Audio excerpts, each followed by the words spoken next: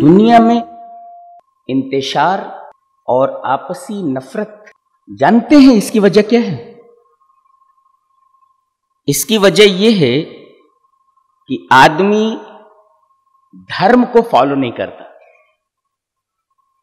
आदमी जब शास्त्र और धर्म को फॉलो नहीं करता, फसाद रखा है, आपसी इंतशार रखा है।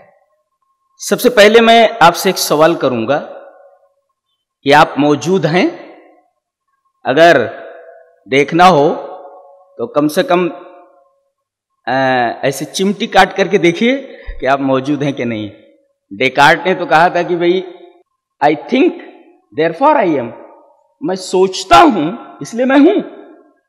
वो क्या करता था, वो डाउट्स उसको बहुत होते थे, तो उसने जहन को एक टोकरी समझ लिया था उसने, उसमें गलत आइडियाज हैं, सही आइडियाज हैं। तो क्या करता था वो, सही और गलत को वो सेब की तरह, जो सड़ गए हैं सेब उनको बाहर, या गलत आइडिया अलग रख देता। इस नतीजे पर पहुंचा कि मैं सोचता हूं इसलिए मैं हूं। अब अगला स्टेप, अगर आप हैं, मौजूद हैं, तो फिर आपका बनाने वाला कोई होना चाहिए। आप ऐसे थोड़ी बन गए, आपका बनाने वाला कोई होना चाहिए।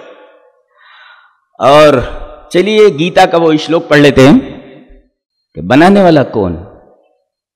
अहम सर्वस्य प्रभवः मत्तः सर्वं प्रवर्तते इति मत्वा भजन्ते माम बुधा भाव समन्विताः। अहम मैं, अहम माम माम मया महम में मत मम में मई, ये पूरी गर्दान हुई इसकी जी। तो अहम यानी मैं, सर्वस्य हर एक का, पूरी कायनात का, पूरी यूनिवर्स का, प्रभव रीजन ऑफ क्रिएशन, यानी मैंने ही सबको पैदा किया है। और मत्ता यानी मुझसे, सर्वम सारी चीजें, प्रवर्तते पैदा होती हैं, यानी मैंने हर चीज को पैदा किया है। अच्छा, अगर इसको कोई मान ले तो इति मत्ता, इस तरह मत्ता मानकर, भजन्ते माम मेरी इबादत करते हैं। कौन? बुधा, अकलमंद लोग। इति मत्ता भजन्ते माम बुधा भाव समन्विता, बड़े इखलास के साथ, बड़ी ताजीम के साथ, बड़े भाव के साथ। इसका मतलब यह हुआ कि अल्लाह को, ईश्वर को अपना पैदा करने वाला मानकर उसकी पूजा करना, उसकी इबादत करना, यह अकलमंदी की दलील है। अगर कोई ऐसा नहीं समझता, बेवकूफ है वो, नादान है वो बुधा कम से कम बुद्ध नहीं हो सकता, अकलमंद नहीं हो सकता। अच्छा चलिए, उसने पैदा किया हमको, अब हमको पैदा करके छोड़ दिया है? नहीं, कानून दिया, कानून। और उस कानून को अगर सब फॉलो करें, तो कानून को फॉलो कौन करता है? आदमी काम कारता हो जाता है, अपने दिल से जो उसको अच्छा लगता है वो करता है। गीता का अगला श्लोक, यशास्त्र विधिमुत्सृज्य वर्तते कामकारतः न स सिद्धिमवाप्नोति न सुखम न परंगतिम। कहते हैं कि जो यह यो ये यम यो यान एन याभ्याम ये यस्मै याभ्याम यब्बे यस्मात् याभ्याम यब्बे यस ये यो येषाम यस्मिन् ये योषु। बहुत ही मुश्किल जबान है, बहुत कम लोग इस पर थॉरो होते हैं, नहीं आता। ये बहुत मुश्किल जबान है, toughest language in the world. तो यह जो शास्त्र विधि, शास्त्र के कानूनों को उत्सृज्य छोड़कर, वर्तते कामकारतः हो जाता है अपनी ख्वाहिश से काम करने वाला, शास्त्र के कानून को छोड़ देता है और दिल जो कहता वो करता है। तो कहते हैं न स सिद्धिमवाप्नोति, तो वो सिद्धि को प्राप्त नहीं होता, उसे नजात नहीं मिलती। न सुखम, और न सुख प्राप्त होता है, न परंगतिम, गति के माने मकाम, और परम माने आला, आला मकाम यानी जन्नत नहीं मिलती उसको।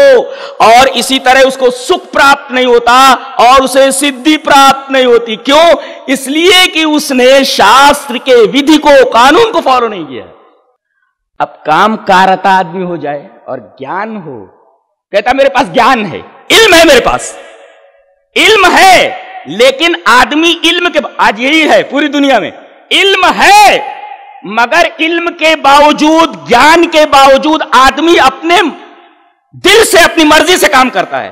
क्या प्यारी बात कही गई है, देखिए श्लोक देखिए, धूमेन वीर्यते वह्निः यथा दर्शो मलेन च यथोल्बेन विरित्तो गर्भः तथा तेने दमावृतम। अहे क्या बात कहते हैं, कहते हैं कि जिस तरह आईने पर, शीशे के ऊपर अगर गर्द आ जाए, मल आ जाए, तो शीशे में अपनी सूरत साफ दिखाई नहीं देती, आईना गंदा हो जाता है। इसी तरह जिस तरह बच्चे को उसका उल्ब, क्या कहते हैं उसको, गर्भ, बच्चेदानी उसको घेरे रहती है, इस तरह। और जैसे आग को, धूम, अग्नि को वहनी, वहनी के माने होते हैं अग्नि, तो अग्नि को जिस तरह धुआं, धूम जिस तरीके से घेरे रहता है आग को, और आग दिखाई नहीं देती, जिस तरह बच्चे को उल्ब घेरे रहता है, इसी तरीके से आईने को मल घेरे रहता है। अगर आदमी के पास इल्म है मगर वो अपनी मर्जी से काम करता है, तो ये काम, ये उसकी मर्जी, ये उसके ज्ञान को ढांप लेती है। इसी तरीके से अब जब ज्ञान ढप गया तो क्या बोलेगा वो, क्या करेगा, उल्टा पल्टा ही करने वाला है, इसलिए कि उसके पास ज्ञान नहीं है, ज्ञान ढक गया उसका ख्वाहिश की वजह से। ये क्या बात कही गई है, क्या बात है।